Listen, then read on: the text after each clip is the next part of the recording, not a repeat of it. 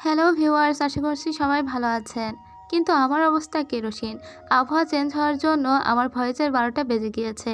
যাই হোক, আজকে আপনারা সবাই আমার ভয়েসটাকে ইগনোর করবেন, জাস্ট কাহিনীতেই ফোকাস করবেন। তো আজকে নিয়ে এসেছি দ্য আনটেমের ৮ম পর্বের গল্প নিয়ে। চলুন ৮ম পর্বে কী হয়েছিল সেটা দেখে আসা যাক। তার আগে জানিয়ে রাখি যে আগের পর্বে আমরা কি দেখেছিলাম। আগের পর্বে দেখেছিলাম যে বৈবশিয়ান একটা পেপারম্যানের মাধ্যমে মেং আওয়ের রুমে প্রবেশ করেছিল। সিক্রেট চেম্বারে গিয়ে সে দেখতে পায় ওখানে একটা কাটা মাথা রাখা আছে, যেটা ছিল নি মিংজুর। আর এটা যখন ও দেখতে পায় তখন ওর অনেক কষ্ট হচ্ছিল। ওর জন্য অনেক চিন্তিত হয়ে পড়েছিল লানজান। নি মিংজুর অতীতের সমস্ত ঘটনা তখন আমাদের দেখানো হয়। নি মিংজু একদিন জঙ্গল দিয়ে যাচ্ছিল, সেখানে কিছু শত্রুদের সঙ্গে তার ঝামেলা হয়েছিল। সেই পাহাড়ে আমরা মেংগাওকে দেখতে পাই। মেংগাও তখন অন্য কোথাও একটা থাকতো। ও কিছু মদ নিয়ে যখন ভিতরে প্রবেশ করবে তখন পাহাড়ের সামনে থেকেই ও শুনতে পায় ভিতরে ওর সমস্ত বন্ধুরা ওর নামে অনেক বাজে বাজে কথা বলছে। যেহেতু ও ছিল চারুর সন্তান, তাই তো সবাই ওকে নিয়ে অনেক মক করতো। তাই ও বাহিরে বসে বসে একা একাই খেতে লাগে। কিন্তু ও যখন এরকম একা একা বসে খাচ্ছিল, ঠিক তখনই ওর সামনে নি মিংজু এসে দাঁড়িয়ে পড়ে। নি মিংজুর অনেক বেশি প্রতিপত্তি ছিল এবং তার অনেক দাপট ছিল। নি মিংজুকে দেখে সে ভয় পেয়ে কুর্নিশ করে। নি মিংজু তখন মেংগাওকে সঙ্গে নিয়ে ওই কেভের ভিতরে প্রবেশ করে, যেখানে সবাই মেংগাওকে নিয়ে অনেক খারাপ কথা বলছিল। সেখানকার লোকজন বলছিল যে মেংগাও তো একজন জারুর সন্তান। মেংগাওয়ের বাবা আসলে জিন ক্লানের সর্দার, কিন্তু মেংগাওয়ের বাবা মানে জিন সর্দার হয়তো বিভিন্ন মানুষের সঙ্গে বিভিন্ন সময় রাত্রি যাপন করত। কোনো একটা দাসীর সঙ্গে রাত্রি যাপন করার ফলেই মেংগাওয়ের জন্ম হয়, কিন্তু সে তার স্বীকৃত ওয়াইফ ছিল না। তাই তো মেংগাওয়ের বাবা কখনো মেংগাওয়ের খোঁজও নেয়নি। মেংগাওয়ের বাবার মানে ক্লান লিডার জিনের মাত্র একটাই ছেলে ছিল, তা হলো জিন জিশুয়ান, যে ছিল তার ওয়াইফেরই ছেলে। আর বাদ বাকি তার অনেক ছেলেই চারিদিকে ছড়িয়ে আছে, যেগুলো হলো জারুর সন্তান। তাই তো এখন এদের সবার কথা শুনে নি মিংজু তাদের সামনে আসে আর বলে, তোমরা মানুষের পিছনে এভাবেই কিবোধ করো, তোমাদের লজ্জা করে না? আর সবার সামনে এটা বলে যে মেংগাও আজকে থেকে আমার ভাইস জেনারেল, সে আজকে থেকে নি সেক্টরেই থাকবে। এরপরে ও যখন নি ক্লানে আসে তার অনেকদিন পরে, যখন সুই ইয়াংকে ও সবাই ধরে ফেলেছিল সেদিনকার ঘটনা। মেংগাও হঠাৎ করে ওয়েন ক্লানের একটা তরবারি তুলে নিয়েছিল, যে শটটা তুলে নিতে ওকে দেখে ফেলেছিল নিমিংজু। নিমিংজুর এটা দেখে বেশ সন্দেহ হয়। এবার নিমিংজু যখন মেংগাওয়ের পিছু পিছু আসে তখন এসে দেখতে পায় যে মেংগাও নিমিংজুর যে জেনারেল তাকেই মেরে দিয়েছে। এটা দেখেই অনেক চিল্লাচিল্লি শুরু করে দেয় নিমিংজু, আর মেংগাওকে বলে, এটা তুই কি করেছিস? বিশ্বাসঘাতক, তুই আমার জেনারেলকেই মেরে ফেলেছিস। তখন মেংগাও বলে, আমি ইচ্ছে করে মারিনি, আমাকে মারতে বাধ্য করা হয়েছে। আসলে জেনারেল আমার মায়ের নামে আমাকে নিয়ে অনেক খারাপ কথা বলতো, আমি জারুর সন্তান ইত্যাদি ইত্যাদি। তখন নিমিংজু বলে, তার মানে তুই কি বলতে চাস, যে বা যারা তোকে এই কথা বলবে তাদেরকে তুই মেরে ফেলবি? তার মানে সেদিন ওই কেভে যারা তোকে নিয়ে এসব কথা বলছিল তাদের কি তাহলে তুই মেরে ফেলতিস? তখন মেংগাও কল্পনা করতে লাগে আসলে মেংগাও এখানে কারো একটা সঙ্গে পিলারের আড়ালে দাঁড়িয়ে লুকিয়ে কথা বলছিল। তাকে কথা বলতে দেখে নিয়েছিল জেনারেল সন্দেহ করে তাকে জিজ্ঞেস করেছিল, তুই কি সুইয়াংকে পালাতে সাহায্য করছিস নাকি, তুই কার সঙ্গে কথা বলছিলিস? তখন মেংগাও এই কথাটা ঘুরিয়ে দেয় আর ওকে কিছু বলে না। মূলত সুইয়াংকে পালানোর জন্যই সাহায্য করছিল মেংগাওয়ের ওই কথা যেহেতু জেনারেল জেনে ফেলেছিল, আর তাই তো সে জেনারেলকেই সুযোগ বুঝে মেরে দিয়েছে। নিমিংজু বলে, তুই জেনারেলকে ওয়েন ক্লানের একটা তরবারি দিয়ে মেরেছিস, তার মানে তুই বলতে চাইছিস যে সুইয়াং পালানোর সময় তার তরবারি দিয়ে মেরে রেখে গিয়েছে জেনারেলকে। তুই তো ঘটনাটা এভাবেই সাজাতে চাইছিলিস, তাই না? এবার এসব কথা বলে ওকে ওই ক্লান থেকেই বের করে দেয় বিশ্বাসঘাতকতা করার জন্য। এরপরে আমরা বোয়েন রুহানের ওখানেই দেখি যে নিমিংজুকে ধরে নিয়ে যাওয়া হয়েছিল। তখন ওখানে নিমিংজু দেখতে পায় মেংগাও এখন ওয়েন ক্লানে যোগ দিয়েছে, এবং সেদিনকার ঘটনা তো আপনাদের সবার মনে আছে, ওদের দুজনের ভিতরে অনেক ফাইট হয়েছিল। তারপরে যখন ওয়েন রুহান মারা গিয়েছিল, মানে ওয়েন রুহানকে তো আবার মেরে দিয়েছিল মেংগাওকে আবার মারতে গিয়েছিল নিমিংজু, বলেছিল যে ও আমার সঙ্গে বিশ্বাসঘাতকতা করেছে, কিন্তু তখন লান জিথান আবার বাঁচিয়ে দিয়েছিল মেংগাওকে। এইসব ঘটনা তো আপনাদের জানাই আছে, জাস্ট আমি একটু মনে করানোর জন্য আবার বলে দিলাম। কিন্তু সেদিন আবারও মেংগাও বেঁচে গিয়েছিল লান জিসানের জন্য। তারপরে মেংগাওয়ের উপর রাগ ছিল অনেক আবার নিমিংজু ওকে কখনোই বিশ্বাস করতো না। এরপরে ওয়াইউশিয়ান যখন মারা গিয়েছিল তারপরে চারিদিক অশান্ত হয়ে পড়েছিল।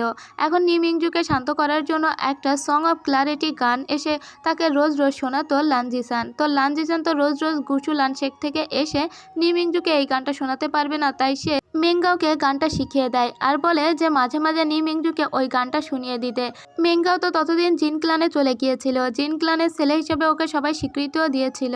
আর তখন থেকে ও জিন ক্লানে থাকে, আর তখন থেকে ও অনেক ভালো ব্যবহার করতো সবার সঙ্গে। যাই হোক, যেহেতু আগে থেকে নি মিংজুর সঙ্গে ওর আলাদা একটা কমপ্লিকেটেড রিলেশন ছিল, তাই ও নি মিংজুকে ওই সং অফ ক্লারিটি প্রতিদিন শোনাতে লাগে। কিন্তু ও সং অফ ক্লারিটির ভিতরে এমন একটা সুর শুনিয়েছিল যাতে নি মিংজু শান্ত হওয়ার বদলে উল্টো আরও অশান্ত হয়ে উঠত। তার মাথার ভিতরে অনেক পেইন শুরু হতো, চারিদিকে সব কিছু অসহ্য লাগতে শুরু করতো। এবার এই সমস্ত কিছু এখন কল্পনার ভিতরে দেখছিল ওয়েইবুশিয়ান। ওয়েইবুশিয়ান আরও দেখতে পায় নি মিংজু একদিন জানতে পারে যে সুই ইয়াংকে পালাতে আসলে হেল্প করেছিল মেঙ্গাও। যখন নি মিংজু এটা জানতে পারে এবং এসে অনেক রাগারাগি শুরু করে মেঙ্গাওয়ের উপর, তখন মেঙ্গাও উল্টো রাগারাগি শুরু করে। কিন্তু নি মিংজু হঠাৎই মাথা গরম করে ফেলতো এবং অনেক চিল্লাপাল্লা করতো। এদিকে মেঙ্গাও ছিল উল্টো, ও খুবই শান্ত ধীরভাবে কথা বলতো। আর হঠাৎ করে ওকে যখন মারতে যাবে তখনই নি মিংজুর বুকে অনেক পেইন ওঠে। মানে ও প্রতিদিন ঠিক এই সময়ই মেঙ্গাওয়ের বাজানো ওই সুর শুনতো। আর এই সুর যেহেতু আজকে শুনতে পারছে না, তাই তার অনেক কষ্ট হচ্ছে, অনেক পেইন হচ্ছে। মানে ওর জ্বালা যন্ত্রণা শুরু হয়ে গিয়েছে। আর কিছুক্ষণের ভিতরে নি মিংজু পুরো পাগল হয়ে যায়। মূলত এই সব কিছু ওই গানেরই প্রভাব ছিল। ঠিক তখনই ওখানে নি হুইসেং চলে আসে। বারবার ওর বড় ভাইকে ডাকতে লাগে, কিন্তু যতবার ও ডাকছিল ওর বড় ভাই একটু একটু করে ভালো হয়ে যাচ্ছিল। তাই তো ওখান থেকে নি হুইসেংকে সরিয়ে দিয়েছিল মেঙ্গাও। আর সবার চোখের আড়াল থেকে নিজের সিক্রেট চেম্বারে ওখানে এনেছিল নি মিংজুকে মেঙ্গাও। তবে এখানে আমরা সুই ইয়াংকে দেখতে পাই, যার হাতে স্টিজিয়ান টাইগার সিলটা ছিল, যেটা ছিল হাফ রিস্টোর করা। মূলত ওটা দিয়েই ওরা ওকে পাপেট বানানোর চেষ্টা করেছিল, কিন্তু সুই ইয়াং বলে যে নি মিংজু অনেক শক্তিশালী একটা মানুষ, তাই তো এই হাফ সিল দিয়ে তাকে পুরোপুরি পাপেট বানানো যাচ্ছে না, এখন ওকে কী করব। তখন মেঙ্গাও বলেছিল সুই ইয়াং তাকে পুরোপুরিভাবে মেরে ফেলে দাও।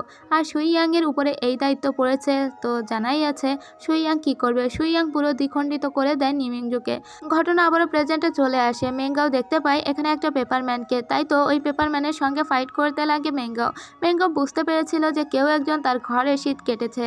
আর এদিকে ওই পেপারম্যানটা এখন নিজেকে বাঁচানোর চেষ্টা করেছিল। পেপারম্যানটা তখন একটা শোয়ার্ডের উপরে উঠে যায়। মূলত এটা ওয়েইবুশিয়ানের শোয়ার্ড ছিল, যেটাকে সংগ্রহ করে রেখেছিল মেঙ্গাও।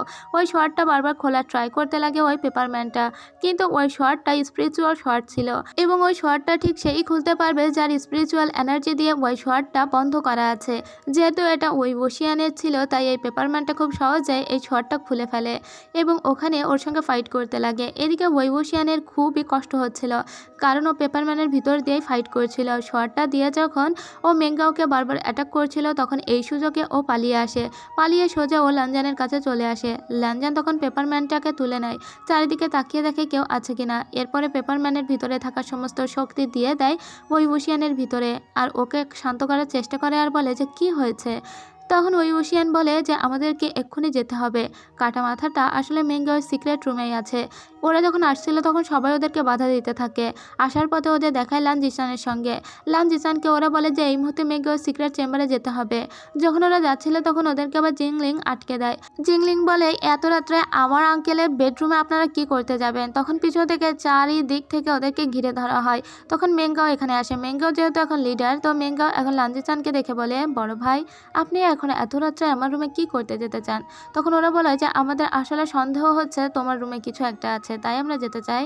তো মেঙ্গা বলে ঠিক আছে, তাহলে আমি আপনাদের নিয়ে যাব।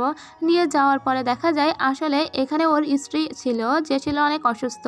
এরপরে ওয়েইবুশিয়ান অবাক হয়ে যায়, কারণ মেঙ্গা ওর ওয়াইফকে দেখতে একদম অন্যরকম লাগছিল। আর তাছাড়া এখানে যে মাথাটা ছিল সেখানে সে মাথাটার বদলে একটা ড্রাগার রাখা ছিল। মূলত মাথাটা অলরেডি সরিয়ে দিয়েছিল মেঙ্গাও। মেঙ্গাও তো অনেক ধূর্ত লোক, সে ড্রাগারটাও তুলে বলে আপনারা কি এটা খুঁজতে এসেছেন, এটা কিন্তু অনেক শার্প। তখন মেঙ্গাওয়ের কাছ থেকে ওই ড্রাগারটা ওর ওয়াইফ নিয়ে নেয় আর নিজের বুকের ভিতরেই চালিয়ে দেয়, আর ওখানে ওর ওয়াইফ মারা যায়। মূলত এটা নিশ্চিত করেছিল লানজিচান, আর বলে আই এম সরি যে তোমার ওয়াইফ মারা গিয়েছে। তখন মেঙ্গা অনেক রেগে যায় আর বলে তোমরা কেন এখানে সবাই এসেছো, তোমাদের সবার জন্যই আমার ওয়াইফ মারা গেল, ও লজ্জায় মারা গিয়েছে। তখন এখানে চলে আসে আবার চ্যাং চ্যাং। ওরা সবাই হতভম্ব হয়ে যায়, মেঙ্গা ওর ওয়াইফ কেন এভাবে মারা গেল। মেঙ্গাও এখন অভিনয় করতে লাগে আর সবার উপরে অনেক রাগ দেখাতে লাগে। আর এখন লান জিসান সবাইকে বলতে লাগে কেন তারা এখানে এসেছে। মূলত তারা তো এখানে একটা কাটা মাথা খোঁজার জন্য এসেছে, যেটা হলো বড় ভাই নি মিংজুর। যখন এই কথাটা সবাই শোনে তখন ওখানে নি হুইসেং ছিল। নি হুইসেং তো অলরেডি অজ্ঞান হয়ে গিয়েছিল, কিন্তু মেঙ্গা হঠাৎ করে আক্রমণ করতে শুরু করে ওয়েইবুশিয়ান এবং লানজানের উপরে। ওয়েইবুশিয়ানকে বাঁচায় লানজান, আর লানজান বলে যে এটা কি করছো। তখন ওয়েইবুশিয়ান ওখানে থাকা ওর নিজের শটটা তুলে নেয়, আর সাথে সাথে ওই শটটা আনসিল হয়ে যায়, মানে শটটা খুলে যায়। এটা দেখে সবাই অবাক হয়ে যায়। মেঙ্গা বলে তার মানে তুমি ইলিং মাস্টার, ইলিং লওজো তাহলে বেঁচে এসেছে। এটা দেখে সবাই অবাক হয়ে যায়। সবাই তো একে মৌসুয়ানু বলেই ভেবেছিল, কিন্তু আসলে মুখোশ পরা এই লোকটি মৌসুয়ানু নয়, বরং ওয়েইবুশিয়ান। কারণ ওয়েইবুশিয়ানের যে শটটা এখানে রাখা ছিল ওই শটটা একমাত্র ওয়েইবুশিয়ান ছাড়া কেউ খুলতে পারবে না। এটা যদি মৌসুয়ানু হয়ে থাকে তাহলে মৌসুয়ানু কিভাবে ওয়েইবুশিয়ানের শটটা খুলতে পারে। সবাই অবাক হয়ে যায়। মেঙ্গাও বলে তোমার শটটা নেভার নাইট থেকে যেদিন তুমি মরে গিয়েছিলে সেদিনই আমি সংগ্রহ করে রেখেছিলাম, তো আজকে সেই শটটা তুমি খুলে ফেললে। আমরা কেউ ওই শটটা খুলতে পারিনি কারণ ওটা তোমার স্পিরিচুয়াল এনার্জি দিয়ে বন্ধ করা ছিল। তাহলে এখনও কি তুমি স্বীকার করবে না যে তুমি ওয়েইবুশিয়ান? ওয়েইবুশিয়ান তুমি ফিরে এসেছো, আর তোমার সাথে নিয়ে এসেছো দুনিয়ার সমস্ত বাজে জিনিসগুলো, যে জিনিসগুলোর জন্য এখন আমাদের ভিতরে হানাহানি দ্বন্দ্বদ্বন্দ্বের সৃষ্টি হচ্ছে। তাছাড়া তুমি মেরে ফেলেছো জিংলিংয়ের বাবা এবং মাকে, তাহলে তুমি কিভাবে ছাড়া পেতে পারো? ওয়েইবুশিয়ান এখন ওদের সবার উপরে একটা ম্যাজিক করে ওখান থেকে চলে আসে লানজানকে নিয়ে। কিন্তু ওরা যখন বাইরে এসেছিল তখন ওদের উপরে সবাই আবারও হামলা করার জন্য ওদের পিছু করতে লাগে। চারিদিক থেকে ওদেরকে ঘিরে ফেলা হয়। তখন ওয়েইবুশিয়ান লানজানকে সরিয়ে দেয়, বলে লানজান ব্যাপারটা আমি সামলাবো, তুমি এর ভিতরে এসো না, তাহলে তোমার রেপুটেশন আবার রুইন্ড হয়ে যাবে। চারিদিক থেকে তখন ওয়েইবুশিয়ানকে ঘিরে ফেলা হয়েছিল। মেঙ্গা আস্তে আস্তে বলতে লাগে ওয়েইবুশিয়ান তুমি তো ধরা পড়ে গিয়েছো, তারপরেও কি তুমি এখনো মাস্ক পরে থাকবে? তখন ওয়েইবুশিয়ান ওর মাস্কটা খুলে ফেলে আর বলে তোমরা ঠিকই বলেছ যে আমি ওয়েইবুশিয়ান যে ফিরে এসেছি 16 বছর পরে। আর ঠিক তখনই সবাই বলতে লাগে যে ওয়েইবুশিয়ান তুমি অনেক ধূর্ত, এমনকি তুমি লানজানকেও বোকা বানিয়েছো। লানজানকে বোকা বানিয়ে মৌসুমানু সেজে তার সাথে সাথে ঘুরে বেরিয়েছো। তখন লানজান বলে ও আমাকে বোকা বানায়নি, বরং আমি ওকে চিনতে পেরেছিলাম যে ওয়েইবুশিয়ান, আর আমি সবসময় ওর পাশেই ছিলাম, আমি ওর পাশেই থাকবো। ওয়েইবুশিয়ান তখন লানজানকে বলে লানজান চুপ করো, তুমি এর ভিতরে নিজেকে জড়িও না, তুমি যদি নিজেকে জড়িয়ে ফেলো তাহলে তোমার রেপুটেশন খারাপ হয়ে যাবে, তুমি বিপদে পড়ে যাবে। কিন্তু লানজান এবার তার বন্ধুকে ছাড়বে না। যে ভুল ও 16 বছর আগে করেছিল, যার জন্য ওর বন্ধু মরে গিয়েছিল, সেই ভুল ও আবারও করবে না। ও ওয়েইবুশিয়ানকে ওর সমস্তটা দিয়ে এবার রক্ষা করবে। তাই তো ওরা দুজনেই এবার ফাইট করতে লাগে ওদের সবার বিরুদ্ধে। ওরা ফাইট করে ওদের সবাইকে হারিয়ে সামনে দিয়ে যখন চলে আসছিল ঠিক তখনই ওদের সামনে এসে দাঁড়িয়ে পড়ে জিংলিং। ওয়েইবুশিয়ান এবং লানজান প্রায় পালিয়ে যাচ্ছিল, কিন্তু জিংলিং এসে বাধা দেওয়ায় ওয়েইবুশিয়ান থেমে যায়। জিংলিং বলে তুমি পালাতে পারবে না, তুমি আমার বাবা এবং মাকে মেরেছো, আমি সবার কাছ থেকে শুনেছি। ওয়েইবুশিয়ান তুমি কিভাবে পালাতে পারো? আমি ভুল করে তোমার সঙ্গে বন্ধুত্ব করে ফেলেছিলাম, কিন্তু আমি জানতাম না তুমি আমার মা বাবার খুনি। ওয়েইবুশিয়ান জিংলিংকে বলে আমি তোমাকে পুরো ঘটনাটা বুঝিয়ে বলবো, কিন্তু তার আগে জিংলিং ওর বুকের ভিতরে শোয়ারটা গেঁথে দেয়, আর সাথে সাথে রক্ত গড়িয়ে পড়ে ওয়েইবুশিয়ানের গাল থেকে। আর এখন ওর দিকে তাকিয়ে পড়ে লানজান আর বলে ওই কিং। তখন ওয়েইবুশিয়ান বলে যে কিভাবে এই বাচ্চাটা ওর আঙ্কেল ঠিক যে জায়গায় আমাকে স্টপ করেছিল সেখানে স্টপ করলো, এরা সবাই একরকম। এটা বলে অনেক কষ্ট পেতে লাগে। তখন লানজান ওকে নিয়ে ওখান থেকে চলে আসে। অনেকক্ষণ চুপচাপ ওখানে দাঁড়িয়েছিল জিংলিং। ওরা যখন জঙ্গলের ভিতর দিয়ে আসছিল তখন অনেক বৃষ্টি শুরু হয়েছিল। লানজান ওয়েইবুশিয়ানকে হিল করার জন্য ওর ভিতরের সমস্ত এনার্জি ওর দিকে ট্রান্সফার করতে লাগে। অনেকক্ষণ যাবৎ ওয়েইবুশিয়ান চোখ বন্ধ করেছিল, ওর অনেক পেইন হচ্ছিল, কিন্তু লানজান যখন তার এই স্পিরিচুয়াল এনার্জি ট্রান্সফার করছিল তখন ওয়েইবুশিয়ানের মনে পড়ে একদিন নেভার নাইটে ওকে বলেছিল লানজান ওয়িং তুমি যেটা করছো সেটাকে কি তুমি সত্যিই কন্ট্রোল করতে পারবে? তুমি কি তোমার স্ট্রিজিয়ান টাইগার সেলটাকে কন্ট্রোল করতে পারবে? তখন ওয়েইবুশিয়ান বলেছিল আমি তো ওয়েন রুহান নই, আর না আমার স্ট্রিজিয়ান টাইগার সেলটা হচ্ছে ইন আয়রন, তাই তুমি ভেবো না আমি কখনো ওয়েন রুহানের মতো হয়ে যাব। আর তারপরেই তো ওর পরিণত কি হয়েছিল তার সবাই জানে। ওয়েইবুশিয়ান মারা গিয়েছিল এবং ওর জন্য সব থেকে বেশি কষ্ট পেয়েছিল লানজান। তো আজকে ওয়েইবুশিয়ানের এইগুলো মনে পড়ে। ওয়েইবুশিয়ান লানজানকে বলে লানজান যখন সবাই আমার স্ট্রিজিয়ান টাইগার সিলের প্রতি লোভ দেখিয়েছিল, সবাই আমাকে ঘৃণা করতো এবং ওই টাইগার সিলটা নিয়ে নিতে চেয়েছিল, তখন একমাত্র তুমি আমাকে বকাঝকা করেছিলে যে যেন আমি এটা ছেড়ে দিই। আর তারপরে যখন সবাই আমাকে ঘৃণা করলো, আমার মৃত্যু চাইলো, তখন একমাত্র তুমিই আমাকে চেয়েছিল যেন আমি বেঁচে থাকি। লানজান তুমি সবসময় আমার পাশে ছিলে। এরপরে লানজান ওকে নিয়ে সাইলেন্ট প্যাভিলিয়নে চলে আসে, যেখানে ওকে হিল করার ট্রাই করে। আর তারপরে ওর কাছে ওর শোয়ারটাও তুলে দেয়। ওইবুশিয়ান নিজের শোয়ারটা হাতে নেয় যেখানে লেখা ছিল হোয়াট এভার। ওর শোয়ারের নাম ছিল হোয়াট এভার। তারপরে ওইবুশিয়ান ওর শোয়ারটা খুলেও ফেলে আর বলে, লানজান এটা কি সত্যি স্পিরিচুয়াল এনার্জি দিয়ে বন্ধ করা? আমি ছাড়া কেউ খুলতে পারবে না? তখন লানজানও ট্রাই করে ওর শোয়ারটা খোলার জন্য, কিন্তু লানজান ওটা খুলতে পারে না। একমাত্র ওইবুশিয়ানই ওর শোয়ারটা খুলতে পারবে। তার মানে এটা স্পিরিচুয়াল এনার্জি দিয়েই বন্ধ করা ছিল। আর এই শোয়ারটা তার মাস্টারকে খুব ভালোভাবেই চেনে। ঠিক তখনই ওখানে লানজিচান চলে আসে আর বলে, ওইবুশিয়ান আমি কাউকে বলবো না যে তুমি এখানে আছো, আর তাছাড়া যতক্ষণ আমি আছি ততক্ষণ কেউ তোমাকে খোঁজার সাহসও করবে না। কিন্তু তুমি মেঙ্গাওয়ের উপরে যে অভিযোগটা এনেছো সেটা আমার অমূলক মনে হচ্ছে। আর তখন লানজান বলে যে ভাই, কিন্তু মেঙ্গাওয়ের রুমেই তো ওই মাথাটা ছিল, তাই না? তখন লানজানকে ওর ভাই বলে, তুমি কি দেখেছো মাথাটা ছিল? তখন লানজান বলে, কিন্তু ওয়েইং তো দেখেছে। লানজিচান তখন লানজানকে বলে, তুমি যতটা ওয়েইংকে ট্রাস্ট করো আমি ততটা মেঙ্গাওকে ট্রাস্ট করি। তুমি যতটা ওয়েইংকে চেনো আমি ততটা মেঙ্গাওকে চিনি। আমি ওকে বিশ্বাস করি, ও এমন কিছু করতেই পারে না। কিন্তু তখনই ওইবুশিয়ান বলে, কিন্তু ভাই আমি আপনাকে প্রুফ দিতে পারবো যে মেঙ্গাওই এটা করেছে। আর তারপরে সং অফ ক্লারিটি শোনাতে লাগে বাঁশি বাজিয়ে। এবং এটা যখন ওর ভাই শোনে, মানে লানজিচান শোনে, তখন বলে যে আপনি তো এটাই শিখিয়েছিলেন মেঙ্গাওকে, তাই না? তখন ওর ভাই মানে লানজিচান বলে যে হ্যাঁ, আমি সং অফ ক্লারিটি শিখিয়েছিলাম মেঙ্গাওকে, কিন্তু তুমি যেটা বাজিয়েছো তার ভিতরে ছোট্ট একটা ভুল আছে। তুমি একটা অংশ ভুল বাজিয়েছো। তখন ওইবুশিয়ান বলে, আমি ভুল বাজিয়েছি? কিন্তু মেঙ্গাও তো এটাই বাজিয়ে শোনাতো নিমিংজুকে। নিমিংজু প্রথম দিকে শান্ত থাকলেও পরে উত্তেজিত হতে শুরু করে। মেঙ্গাও তাহলে ভুল বাজিয়েছে, তাই আমিও ভুল বাজিয়েছি? তখন ওইবুশিয়ান বলে, হ্যাঁ ভুলই বাজিয়েছি, মানে মেঙ্গাওই ভুল বাজিয়েছে। তখন লানজানও বলে, হ্যাঁ একটা অংশ ভুল ছিল। তখন ও আবারও বলে যে আমি আপনাকে সংটা পুনরায় আবারও শোনাতে পারি। ওইবুশিয়ান তখন সংটা আবারও ওদের দুই ভাইকে বাজিয়ে শোনায়। আর এবার লানজিচান ওদের দুইজনকে নিয়ে লাইব্রেরি প্যাভিলিয়নে চলে আসে। এখানে আবার একটা সিক্রেট চেম্বার ছিল, যে চেম্বার কেউ জানতোও না। মানে এটা ছিল একটা হিডেন প্যালেস। এর ভিতরে নিয়ে আসে লানজান এবং ওয়েইংকে। এখানে এনে ওরা একটা বই দেখে, যে বইটার নাম ছিল দ্য সং অফ ডেভিল। এই সং অফ ডেভিলের ভিতরে যে গানটা ছিল সেটা ওরা লানজানকে বাজাতে বলে। লানজান ওর কুচেন দিয়ে সেই গানটা বাজাতে লাগে এবং এটার সুর হুবহু তেমন ছিল যেটা একটু আগে ওইবুশিয়ান তার বাঁশি দিয়ে প্লে করেছিল। এটা শুনে লানজিচান বলে, এটাই তো সেই সুর, তাই না? Song of devil.